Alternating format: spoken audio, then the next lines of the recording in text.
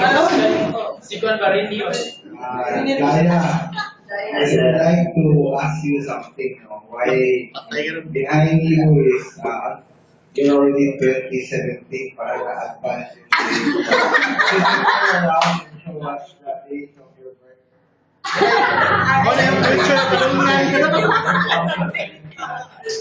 RIP.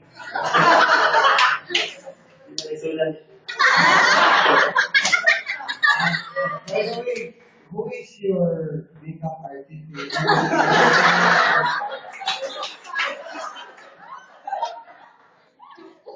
I also would like to comment that supposedly we should have made a video because it's a different kind of Gangnam Style dance with a low down, you know.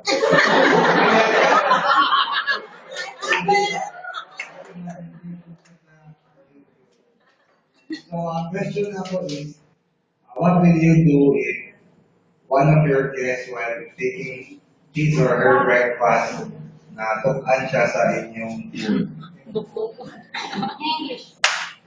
What will happen?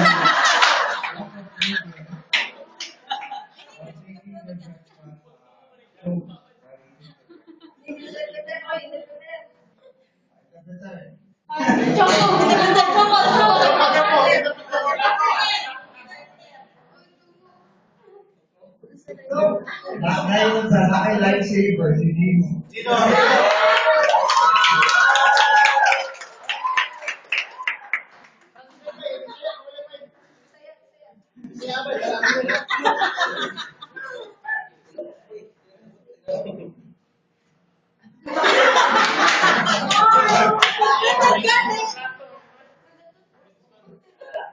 Excuse me.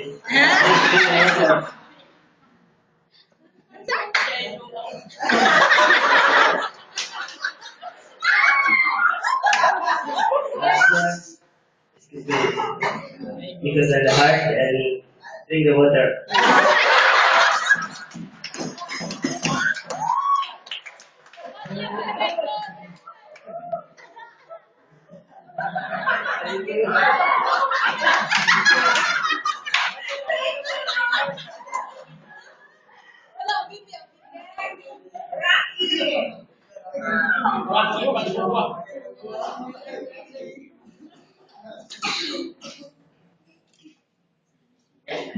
Hi, Rocky.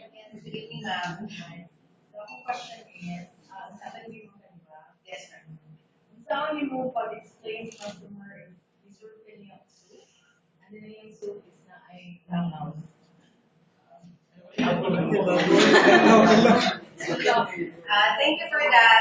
Thank you for that wonderful question.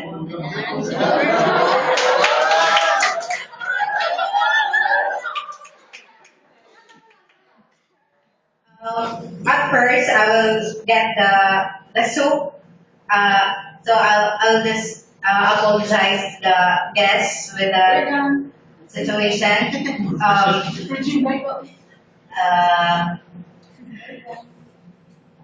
That's it. Are you gonna change the soup or not? I'm gonna change the soup. So the same, no? The same soup when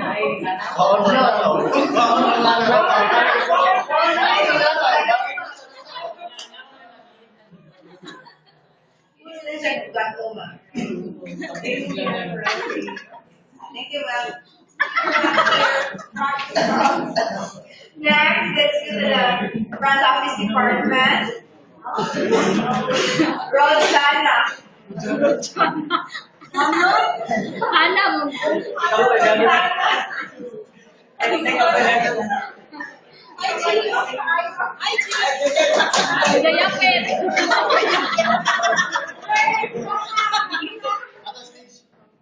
Good evening, everyone. Good evening.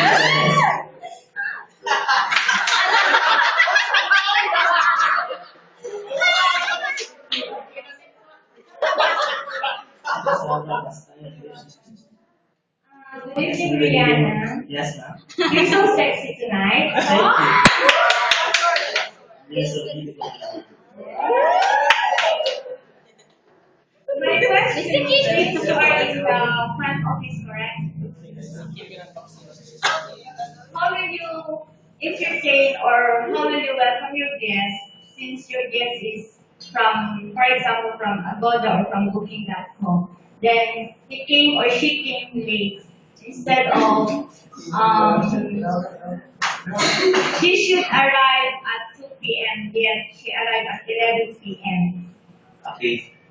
First of all, I'm just greeting according to time. For example, good evening, ma'am. Welcome to Express Inn. And then instead of asking him why, I just entertained him and have him check in. Okay, because they want to relax. Thank you.